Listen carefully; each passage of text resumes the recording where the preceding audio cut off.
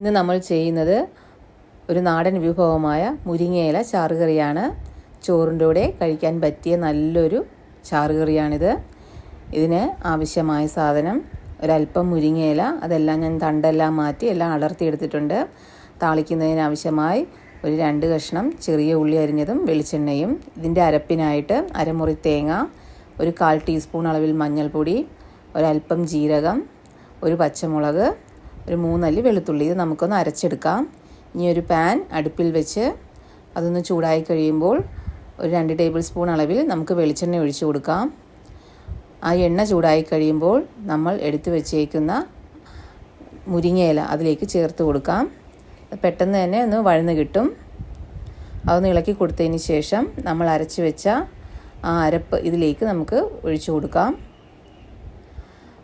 അല്പം വെള്ളം, മിക്സിയുടെ ജാറ് കഴുകിയ വെള്ളവും കൂടെ നമുക്കിതിലേക്ക് ഒഴിച്ചു കൊടുക്കാം. ഇനി ഇതെല്ലാം കൂടെ നല്ലതുപോലെ ഒന്ന് ഇളക്കി കൊടുക്കാം. ഒരല്പം ഉപ്പും കൂടെ നമുക്ക് ചേർത്ത് കൊടുക്കാം. ഇത് തിളച്ചു പോകണ്ട, ചെറിയ തീയിൽ ഒന്ന് ചൂടായാൽ മാത്രം മതി. ഇപ്പോൾ ഇതായിട്ടുണ്ട്, നമുക്കിത് ഓഫ് ചെയ്യാം. ഇനി വേറൊരു പാൻ വെച്ച് നമുക്കതിലേക്ക് ഒരു ടേബിൾ സ്പൂൺ അളവിൽ വെളിച്ചെണ്ണ ചേർത്ത് കൊടുക്കാം.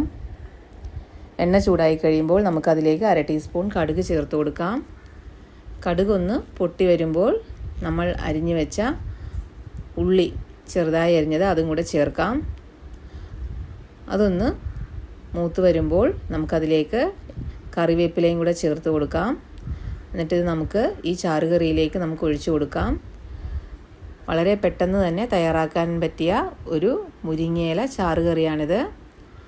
കുട്ടികൾക്ക് വളരെ ഇഷ്ടപ്പെടുന്ന ഒരു കറി കൂടെയാണിത്. വീഡിയോ ഇഷ്ടപ്പെട്ടാൽ നിങ്ങൾ ലൈക്ക് ചെയ്യുക, ഷെയർ ചെയ്യുക. Thank you.